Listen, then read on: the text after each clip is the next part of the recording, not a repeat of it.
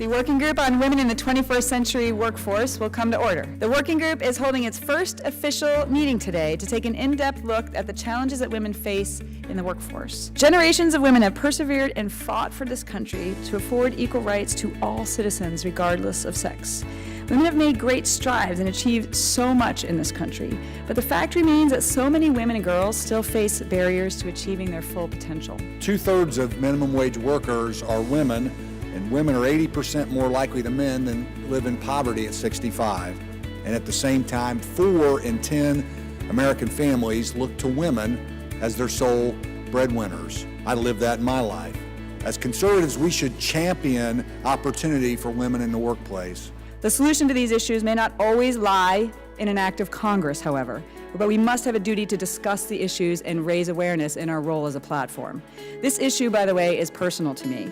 I've been fighting for equality for women my entire life. We are here to examine critical issues facing working women today. In particular, we are looking for ways to expand opportunities and empower the next generation.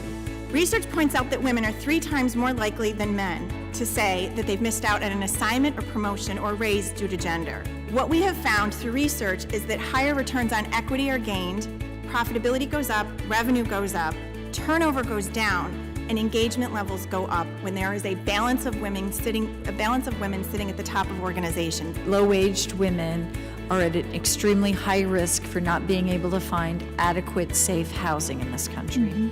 Almost to the point of an epidemic where we have low-income women and children at risk for homelessness and homeless and living in inadequate housing from one shore to another. Public policies targeting women's work experience with mandated benefits or excessive liability for supposed discrimination are limiting rather than expanding women's economic opportunities. Such policies should be eliminated. Thus, when elected officials consider policies to alter the workings of the labor market, they should carefully consider the unintended consequences of those changes that could make things worse for women rather than better. I'm the person who grew up in a family where I was told I could be anything I wanted to be, and there were no restrictions on me as a girl. And it wasn't until I joined the military that I discovered that that was not true. That it was actually against the law for me to be a fighter pilot simply because I had ovaries. And I decided for that very reason that I was going to be a fighter pilot in order to prove them wrong. You know, I look at my mom's generation versus my generation, and there are clearly more economic opportunities for young women of today than there were for a generation ago.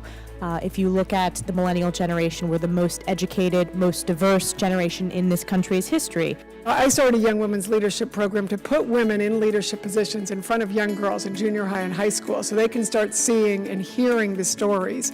Because so many times I hear generalities said and they're not always correct. So it's great to have the panel here and to begin this discussion. I'm looking forward to many more of these and continuing to dig into how we can make sure that we're giving families what they need. The key word that keeps jumping out at me over and over again is flexibility, and that women who are choosing to have children, take care of children at home and stay at home, they're looking for those more flexible opportunities. If you're offering a benefit to employees, male or female employees, you can expect that those employees are going to pay for it through lower wages or through less valuable other benefits. And if you're taking 75% of your wages to pay for childcare, then you actually choose, it doesn't seem economically beneficial to you because it's too expensive, so you may choose to stay home, but you really didn't want to stay home. You actually wanted to contribute to the workforce.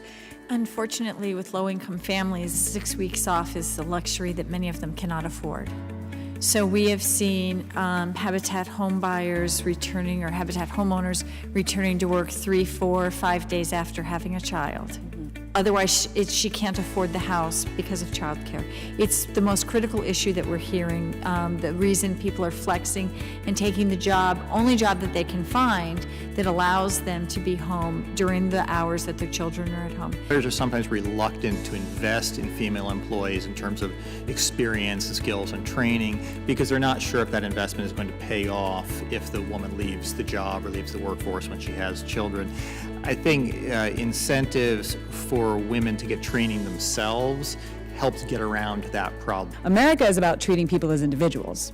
and giving every individual, men and women, the opportunity to meet their full potential. And that's really what the vision is here, to look at each person as an individual and to make sure that they are able to have the same opportunity as anybody else. The biases, the double standards, and the flat-out discrimination is still very real. And by the way, some of us on this panel have experienced that ourselves. And so I just want to make sure that we, as this working group, are acknowledging, as we're wrapping up here, that there are biases out there. There is discrimination out there. Today was our first hearing of women in the 21st century workforce. We have a working group formed, and our intent is to identify challenges and barriers to women and girls meeting their full potential, and then identify solutions that can actually help them.